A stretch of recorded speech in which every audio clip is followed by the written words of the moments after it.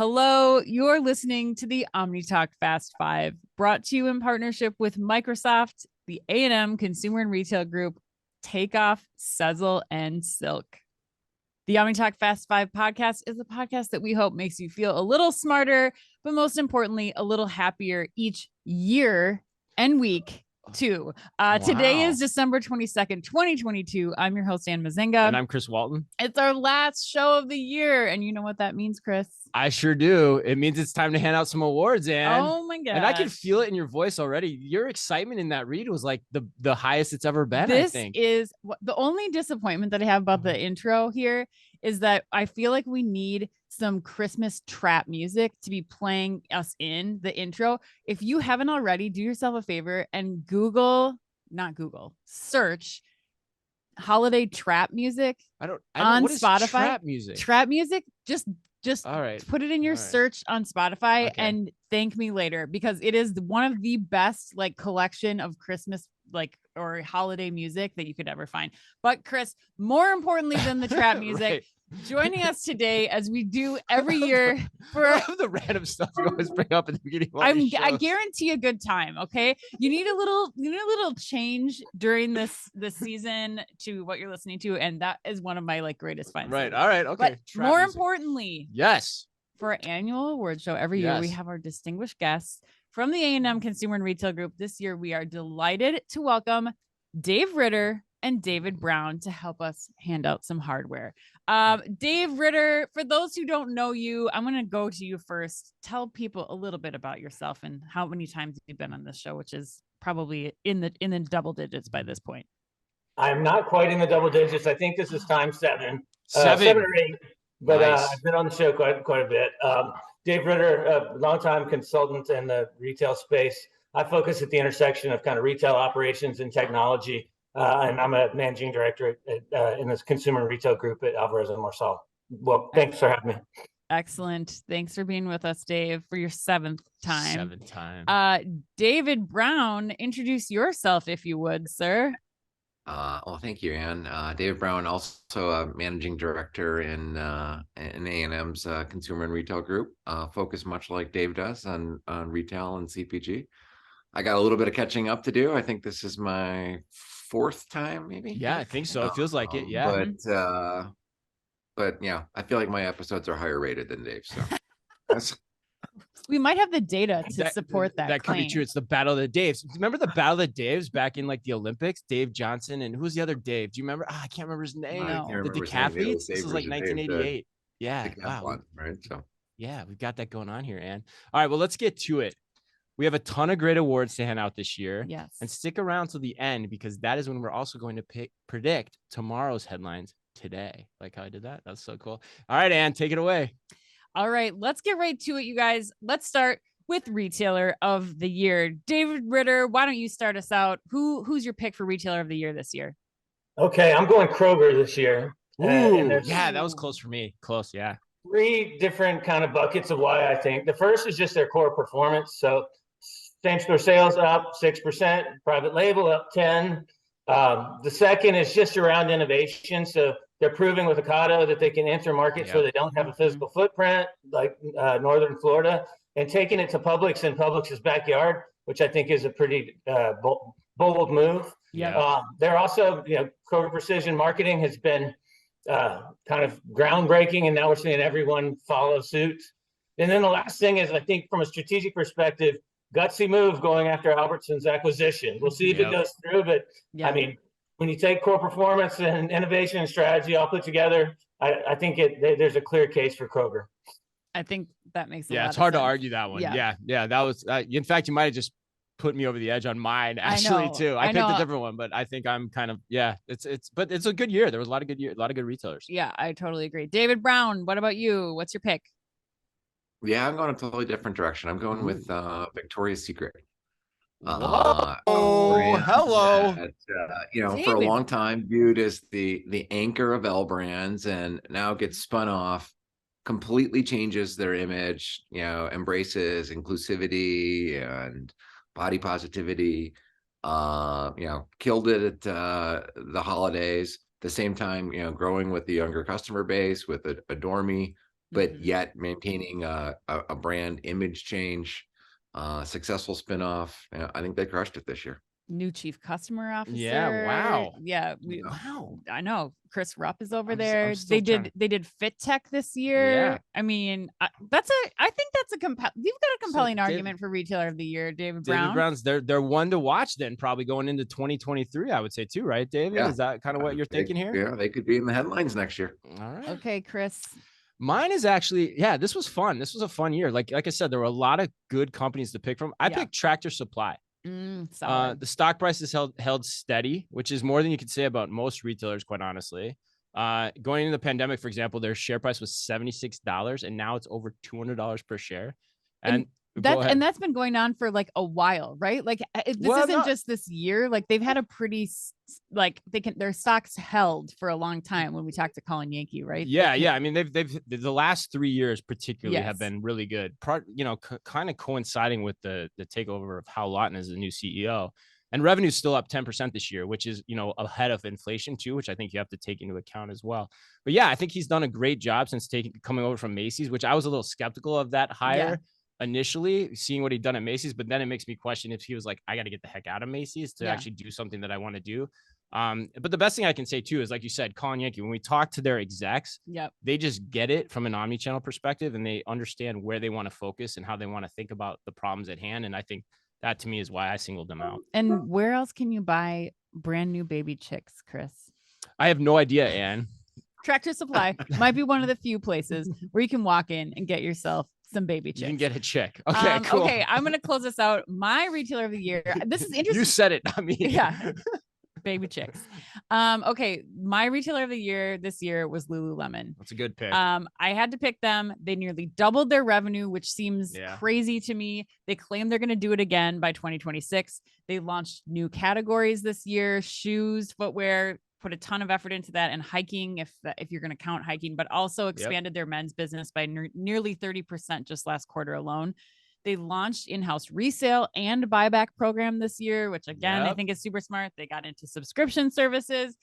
And I think that they are doubling down on experience again. Like we went to the experience store in Lincoln Park in Chicago. They've taken food prep in-house. Like they are going all over the place. They are just trying to capture as much of that brand love as they can and continue to give customers what they want, and the customers are showing that they like it by spending and spending and spending on a product that is not discounted, that is just continuing to and Dave, correct me if I'm wrong, that was your pick last year, right? Like you predicted a good year for them last year, if I remember correctly too. I did, and Colin Yankee is my West Point classmate, so shout out to him then, huh? Oh hey, we got a Colin connection. Yeah. I feel like that needs its own like fitness space.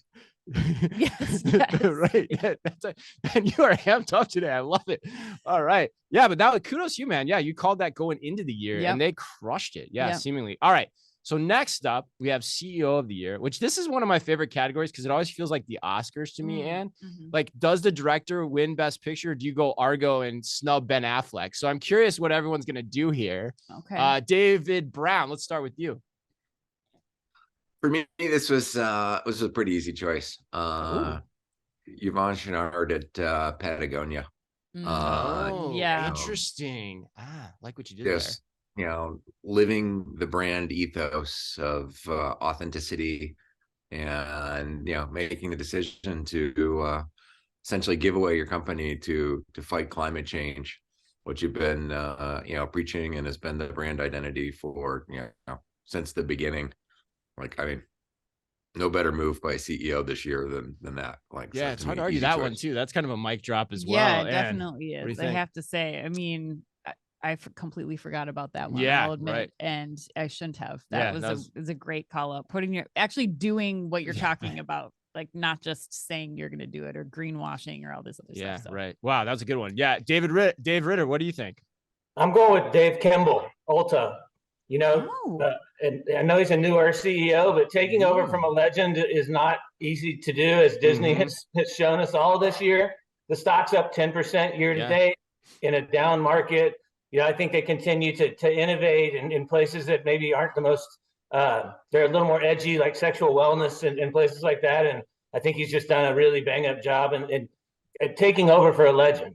Yeah. Yeah. Always hard. Yeah. Always hard to follow a legend. Yeah. Well, yeah. Generally Always. speaking. Generally speaking. Not that I would know. I've seen it.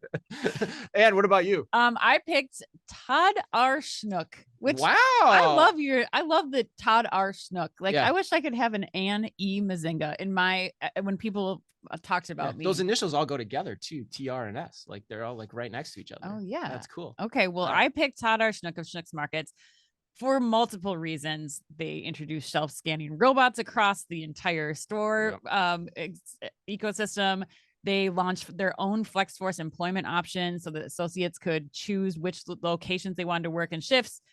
And he empowered the team working under him to allow those individuals to get paid after each shift. They're also testing new store formats, which this was a close runner-up for me for the headline that people should be paying more attention to this year, because Schnucks is launching a lot of pilots with this Eat Well organic market side by side with a Schnucks Express. So I think that was a really bold move.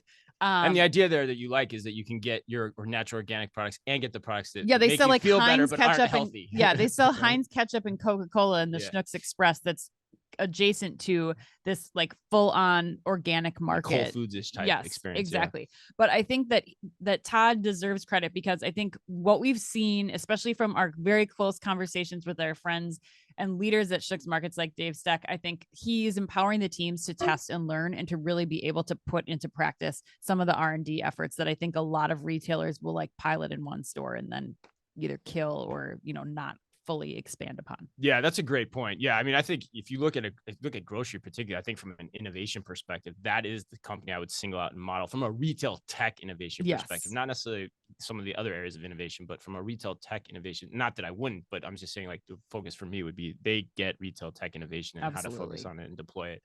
All right, for me, I almost didn't snub Ben Affleck here, but it was hard to argue against Hal Lawton based on what I said. But if I had to pick someone, honestly, I'd give it to Doug McMillon. Wow. Yeah. I mean, for all intents and purposes, Walmart's had a great year financially. Sure, it's been buoyed by the pandemic, but Walmart's a big ship to steer. And he has taken everything Amazon has thrown at him over the last few years, ever since he got into position. And I think he's done pretty well. And this year has been a good hallmark for him. Like, they've also cut back on the PR. I know they had the drones thing, but generally speaking, I'm liking the news I'm hearing out of Walmart a lot more than I ever have in the past. With the exception of this last soundbite from CNBC, I hope. The Squawk Box interview where he just said the same thing over and over and over again. Oh, which was what? We work with local law enforcement to prevent the theft thing. Yeah, right. Well, hey, he's taking the smart playbook of good boy, Dougie. Depressing the expectations on earnings, right? Yes. Okay, let's move on to the next award, and that is for Retail Technology of the Year. Chris, let's have you start with this. You want me to start on this? I do. Yeah. All right. For me, it was easy. I think computer vision. Again, like I think it's going to keep winning it for me every year, but it's not just for but I say that because it's not just for just walkout. It's for the value add that you're getting from all these implementations. And specifically the headlines I would call attention to are Amazon's use of the technology to provide data to CPGs. Yep. And even Trigo's new Easy Stock program, which provides inventory visibility in real time, which goes back to the theft discussion we've had for the last few podcasts of something that people need to solve. Yeah. So I think, with all the heat we're seeing around theft and shrink in the marketplace right now, heading into 2023, I actually think that's one of the top tech trends that we're going to see is a lot of efforts being devoted towards this. I think computer vision is one of the big solves for that. And so I think it continues to rise to the top. Yeah, I agree with you. I mean, I think computer vision obviously is going to, it's been at the top of the list last couple of years. It's going to continue to be. But I am going to go with my favorite technology of the year, which is FitTech. Really? Yes. Wow. FitTech had a huge year when you look at FitMatch launching with Savage by Fenty and getting a huge amount of investment from Fabletics, which I imagine we'll see them launch in the coming year. And even Macy's launched FitTech this year with FitMatch. I think it's definitely trendy. You also have Volumental launching FitTech at Fleet Feet for running shoes, also with Red Wing, and using the Fit technology to create that Lululemon running shoe. Yep. Finally, we have David Brown's Retailer of the Year, and that is Victoria's Secret launching their FitTech with VeriFit. And I think with all the increasing costs that we're seeing from shipping, all the logistics that are involved, that retailers need to figure out a way to cut back on. I think that this next year will bring even more advancement for FitTech, But Dave Ritter, I want to hear what yours is. What was your retail technology of the year? Mine is automated fulfillment / micro fulfillment technology. Okay. Wow. Okay. And the reason I say that is I think I mentioned it briefly about Kroger, but we're starting to see Kroger test Publix and HEB's backyards, which has been kind of unencroachable for many years. Saw Walmart acquire Alert Innovation, which I think shows that they're headed down this path. I don't think we've fully seen it. I think it was a big year, but it's the first big year of many. But frankly, I think we're on the path to profitable e-commerce grocery, which is I don't think That's many crazy people talk, Dave. Yes. Crazy talk. Profitable e-com grocery. Long theorized, never acquired. David Brown, what's yours? Yeah, I hate to be boring, but I'm going with Manhattan. As everybody I know is going through a Manhattan warehouse implementation. It's literally powering the back offices of every retailer, every logistics network, and as omni-channel and buy online, pick up in store, and every other flavor of that becomes kind of more important. The ability to get goods in people's hands. And we saw it throughout the pandemic, like how challenged the supply chain was. It's making the supply chains run easier, and everybody's doing it. So I know it's about a bit of a boring infrastructure pick, but no, that's huge. To me, it's critical to powering retail. Yeah, I mean, David, you didn't just name a technology; you named a technology provider, Manhattan Warehouse Management Technology. No, that's fine. I mean, hey, they're gonna love it, and we're friends with Manhattan. We love those guys, so yeah, that's great to hear. Oh man. Those are some good picks. Those are excellent. So picks. both you guys are on the warehouse management side of things, right? That's kind of what you're thinking here. That's still going to be the key focus here going into 2023. Interesting. All right. Now I think this is my favorite category. Most overhyped technology of the year. And why don't you go first this time? This one was easy. Was it? The metaverse. Nice. Ugh. That's what I say about the metaverse. It was so much about it. And I still think there's, creating digital assets, digital twins of a store. Yes. Like there's things on the operational side that you can be using VR for. And VR though, not the metaverse, but VR, the metaverse. Which is important. Yeah. Again, what part of the problem? This is one of the roots of the problem is that there's so many definitions. I think there are worlds that make sense to create in order to optimize the efficiency of your store operations, but expecting consumers to shop in another world that you're somehow a part of, or that you believe you as a brand have the authority to create, is just so future state. And I don't think it's worth the investment in energy, time, headlines, all of the above for people this year in the industry. I 100% agree with you. Oh God. 100%. I was like, this is going to get ugly. 100%. No, I mean, we are so far away from it impacting retail at scale. I mean, think about it. Computer vision is essentially been my retail technology for the past few years. It's just getting off the ground operationally. Yeah. Saying nothing of the consumer facing side of its implementations too. But the adoption curve for VR glasses is nowhere near iPhone-esque at this point either. So I wouldn't be invested here, at all as a retailer beyond maybe like some smartly placed NFTs, some video game tie-ins or something like that. But that's like minimal budget here. And like you said, that's like, how is that metaverse? Like, no, it's not necessarily, it's component, but. Right. Which is the last point I was going to make is like the kicker for me on why it's so overhyped is like, even the meta people I talk to don't understand what the hell it's all about. Like, they're the most immersed in it. And so like, that's my thing is like, go and study Web 3.0, what it is in relation to the metaverse. Everyone out there listening, if you haven't done that, spend like 10, 15 minutes Googling the difference. Or 10 hours. And you're going to understand why this thing is so goddamn far away. But anyway, all right, David, what do you think? Yeah, I'm gonna stick with the theme. I think it's you are too. NFTs for sale, right? Okay. I actually, other than like, the Bored Ape guys who have made, a ton of money on this, the idea of like either taking something and just, selling a digital image of it, either, in VR or, in any of the worlds, or just to, say you own the likeness. Yeah. I think is a little crazy. Don't get me wrong. I actually think Web 3.0 blockchain technologies, yes, like have huge upside. I think there's tremendous loyalty plays. There's authenticity plays. There's, social plays like something like what some of the Majestic guys are doing in Africa, trying to get to a common currency and stuff like that. Yep. But taking an NFT and trying to sell it, it's just crazy talk. Right. And Web3 different than the metaverse too. Like that's an important distinction here. I mean, the underlying technology behind it, kind of the blockchain technology has a huge upside and huge future potential, but people are, just focused on the wrong thing. Yeah. I think Ann and I couldn't agree more. Yeah. All right. Dave Ritter, what do you think? I'm going to be boring and just echo Ann, the metaverse. Unanimous. First time in the history of the show. First time we've ever had an award. No controversy. Unanimous. The thing I'd point out is, Meta is spending billions of dollars on the metaverse is literally just setting their shareholders' money on fire at this point. It's so far out before it returns on investment that it's just, it's crazy talk. Even companies like Nike that are doing some cool stuff, getting LeBron James in their virtual world. I think it's a waste of time and effort at this point. We're just not at a place where the consumer's there yet. And I just think it's overhyped. Could not agree more. God. I love it.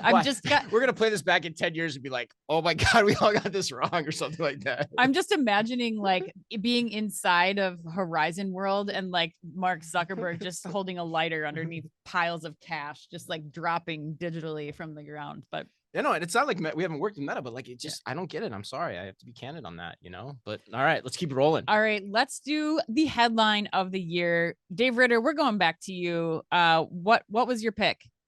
My pick is buy now, pay later during Black Friday. I think just the massive growth and the huge portion of the sales that could be attributed to buy now, pay later was just insane. I think from one perspective, it's great innovation and it's amazing growth by those companies that are doing the buy now, pay later services. I think the second point is troubling that in an inflationary and recessionary environment, we've got all these consumers needing buy now, pay later. In some ways, it kind of smells like the subprime loans ahead of 2008. So I think it's both the headline of the year, but also a particularly troubling headline. The BNPL short. Wow. We're gonna have a new version of that movie. Wow. Dave always brings it on this one, in this category particularly. That's a good one. All right, David Brown, what's your pick for headline of the year? Yeah, maybe a little repetitive here. I'm doubling down on my CEO pick. As the Patagonia founder gives away company to fight climate change. Like I remember being exactly where I was when I read it that morning, and and to me that just stood out as like as you said, Chris, it's a mic drop moment. So yeah, for sure. That was a shocker. Like that was one of the things where you're like, well, I got to dig into and read this right away and figure out like what exactly is happening. And it was exactly as the headline said. It was really remarkable. Yeah, potentially the most impactful headline for the world. For sure. Yeah. Chris, what one headline a year for you? Yeah, I'm surprised you didn't slag me off on this one too, because like since you already said it. Yeah, well, I said it last week. Yeah, but I said every week, everyone always gave me grief because I was like, this is my retail headline of the year, which I kept a list. I only kept 8 candidates in the running. I won't list those off. That's like almost one a month. In 52 weeks. That's not that much. 8 headlines in the running. Come on, give me some credit. All right, mine is 365 days. So like right. Oh, yeah, it's David, 8 out of 365. Thank you, David. Yes, it's a small fraction. Anyway. Mine is Walmart mandating RFID. Yeah, that was in huge. home furnishings. I loved it since the beginning, and I said it last week too. But RFID is only going to become more commonplace here because of all the issues with theft. And the other thing I love about it too, which is why I singled out Doug McMillon in the beginning. Walmart, if you look back, actually made that announcement in January of this year.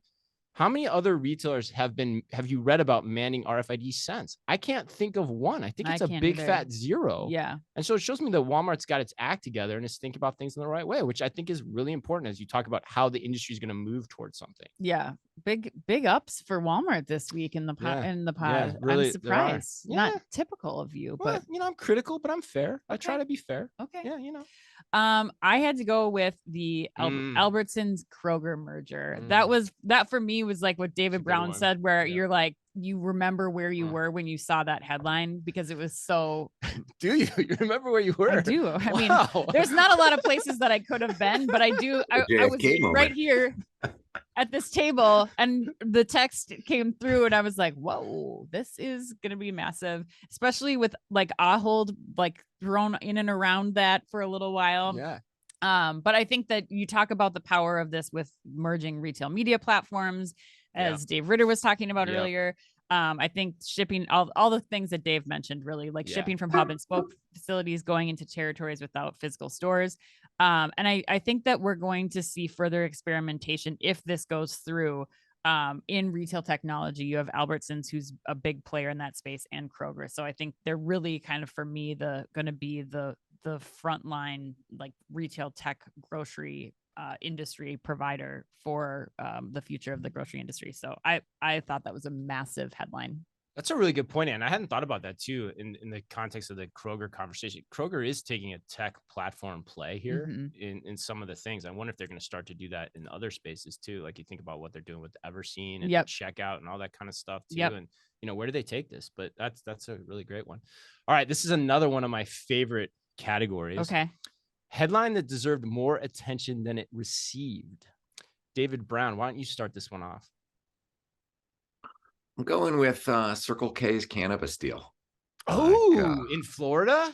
Nice. In Florida. But I mean, you think about like how that could, as cannabis continues to get legalized state to state, 6,000 plus stores that, could be outlets for, Green Thumb's products. That could be huge. I mean, could be a complete game changer in the cannabis industry from, small one-off dispensaries to mass distribution.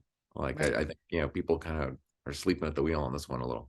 Man, David Brown's winning the show. I know. He really is. He's winning the show, man. He's pulling out all these you did your homework, David Brown. We appreciate it. Loving that. All right, Dave Ritter. All right, man. This is going to make me sound nerdy relative to his response. Walmart, Target, and Kohl's leapfrogging Amazon in Black Friday search. And I know that there's some debate because Amazon's moving away from one Black Friday. But I think you have to take it through a consumer's lens. And on that day, that consumer searched those other sites more than they searched Amazon. And I think I think it shows a small kink in the Amazon armor, but also shows that some of Walmart and Target's investments digitally are starting to pay off, and people are going there more frequently.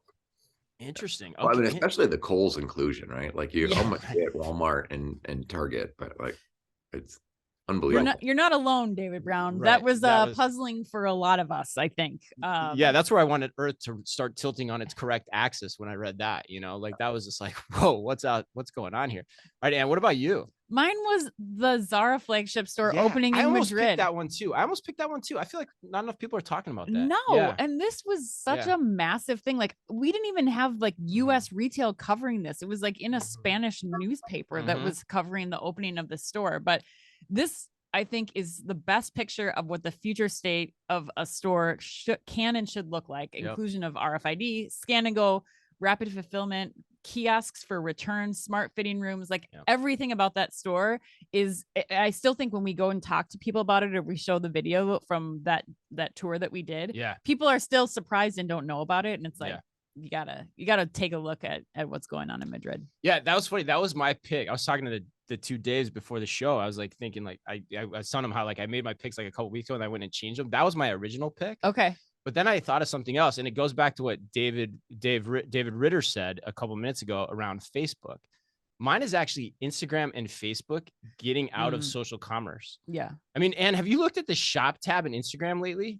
No. Yeah, you go check it out, listeners. Like it is awful now. Like they've totally destroyed it. It's just algorithmic at this point. Like you just see a bunch of stuff just fed up in your feed, and it's so sad to see, because Facebook and Instagram, they could have owned this space, and now they're pivoting their resources towards the metaverse. Like it makes no sense to me at all, going back to what Ritter said. Like, so I wonder from 10 years from now, if we're going to see, I'm going to go a little step further. Like, I think we're going to think of Meta's managerial decisions right now and look on them like serious regret. It's like they've kind of pissed the e-commerce opportunity down their leg. And I don't know if they're ever going to get it back, because when you talk to people there, it's done. They're just focusing on advertising now. And it's sad. So you just wonder, like, man, what does this mean? I think we need to coin that phrase of pissed the e-commerce opportunity down their leg as one of the most disgusting descriptives of what's going on within the retail industry. But how else Chris can you Walton, put it? I mean, December 22nd, 2022. you took something that was so cool and had so much potential, and now it's just gone. I agree. It's awful. Yes. But anyway, all right, take me off the ledge, Ann. All take right. me off the ledge. All right, Take let's go into the next one. So, best new partnership of 2022. Chris, start and use a different way of describing things next time, please. All right. This was pretty easy for me. I picked Gap and Amazon. Okay. Yeah, I like that because I think it sets the stage for what is more to come. We talked about it on the show. I think more people need to look at this, especially in basic categories for apparel. Like you just want to replenish your apparel. You want the confidence you're buying it from Gap, not some third-party rando. Yeah. And you want to go where the traffic is. It's just like Amazon's the virtual mall, set up shop there. Just buy into the whole idea, get over it, and do it. That was my thing. They're certainly doing better than Peloton on Amazon. Yeah, so right. If you read the Wall Street Journal today. Yes. Yeah. Okay. Mine, Chris, was an easy, clear winner. What is it? And that was Target and Starbucks partnering for curbside delivery. That is pretty cool, actually. Best thing of the year. Yeah. I love it so much. Everybody, all my friends, I told them about it. Now everybody's using it. This is like driving me to Target more than I was already going to Target. It is so wonderful. I think that this also enables, like, this was close to taking headline of the year for me when this was announced. Because I didn't know that it was going to, we were both a little skeptical of whether or not this is going to be something they could pull off, but they were like Beyonce flawless on this. And although it's still in pilot phase, let's not get too crazy about it. It's still in pilot phase. They've rolled it out to 250 stores. Like, that's a lot of stores out the kinks. And it's still working really well. Yeah. Right. The coffee's hot, Chris. That's the important part. Okay. Coffee stays hot. The cool stays cool. David Brown, what was your pick for best new partnership of 2022? Yeah, I'm going actually anti-partnerships on this one. I think the best new partnerships are the ones that kind of broke up and like for the right reason, right? So whether it's Adidas and Gap dropping the anti-Semitic space cadet, or all of the company pulling out of Russia because of the Ukraine war, or like companies, dumping Twitter. I think, we're actually seeing companies live up to some values, which to me was great. If I had to actually pick a partnership, I love what Allbirds is doing with all of their one-off designs. So, big shout out to what they're doing. But I think the anti-partnership movement and was what struck me this year.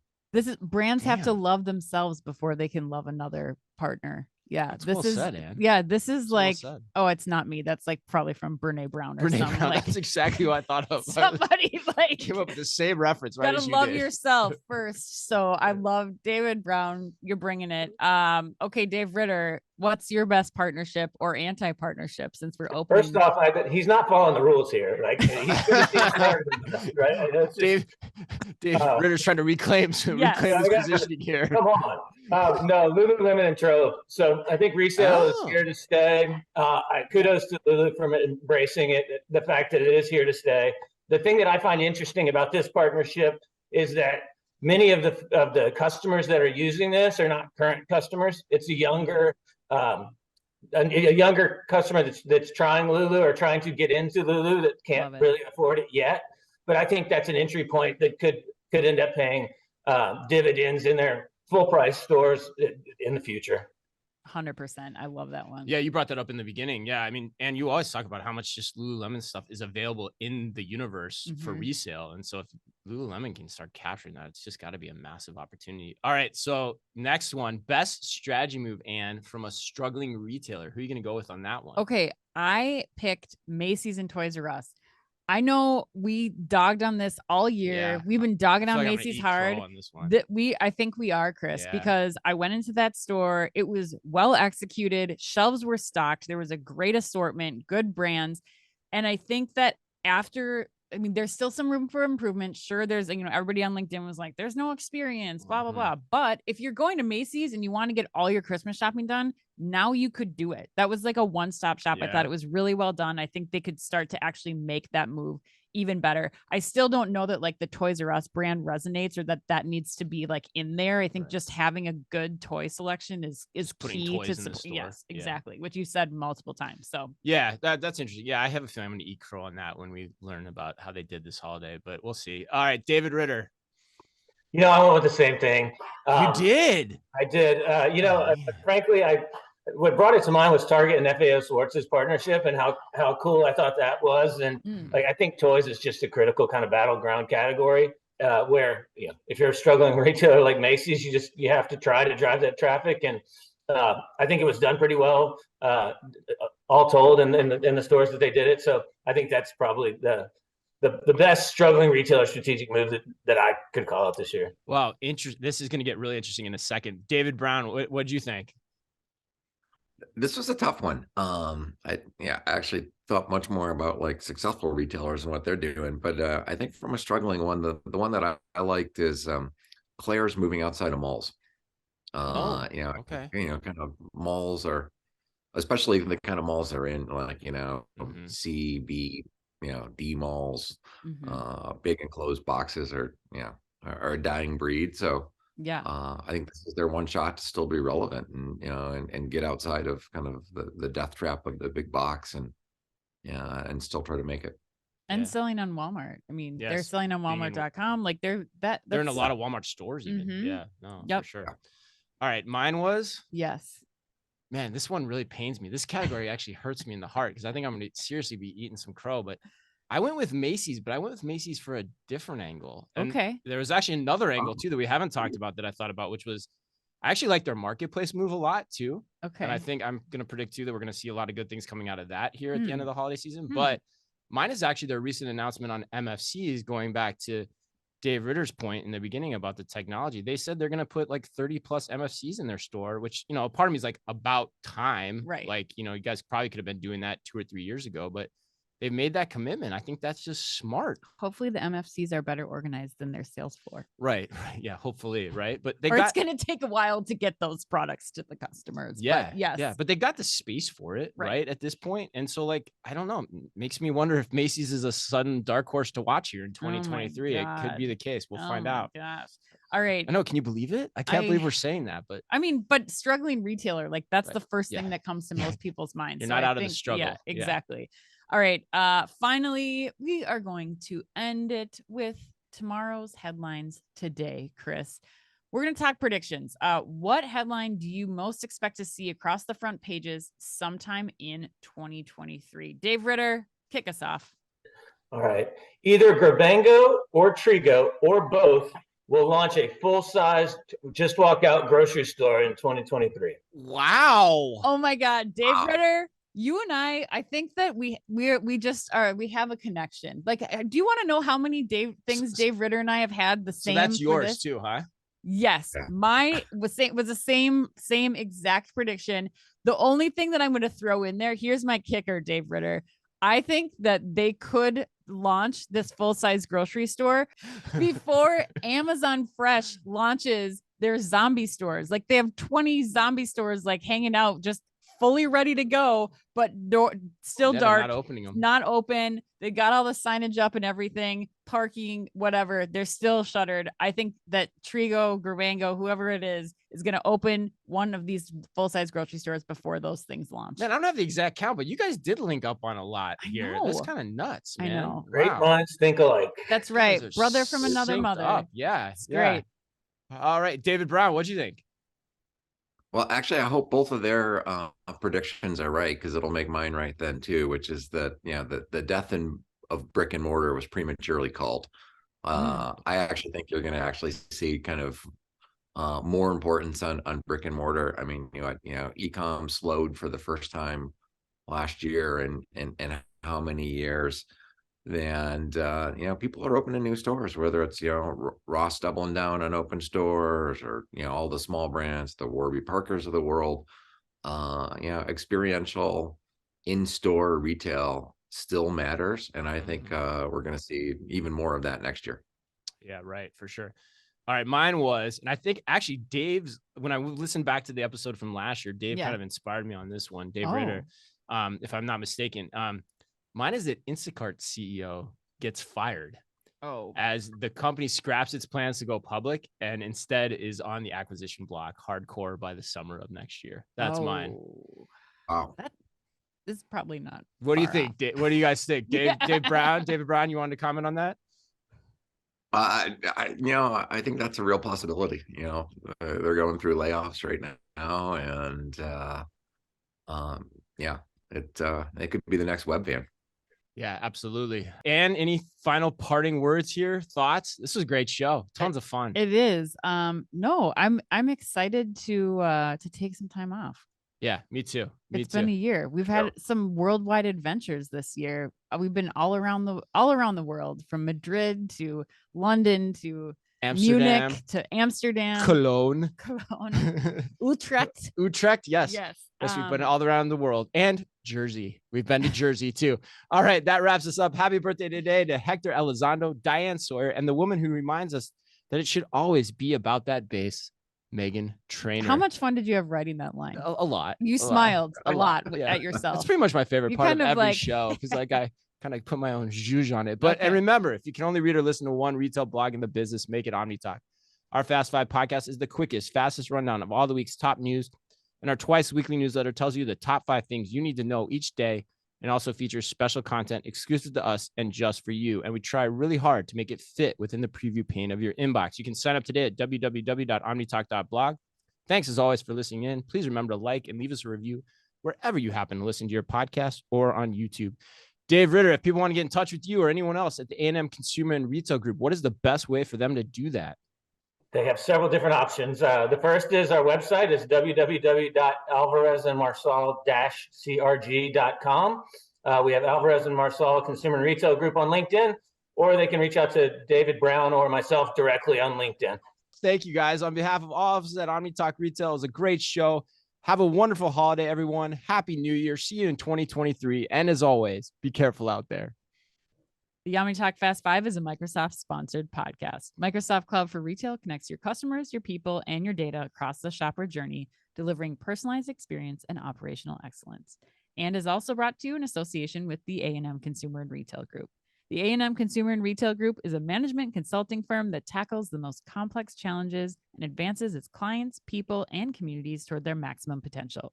CRG brings the experience, tools, and operator-like pragmatism to help retailers and consumer products companies be on the right side of disruption. And Takeoff.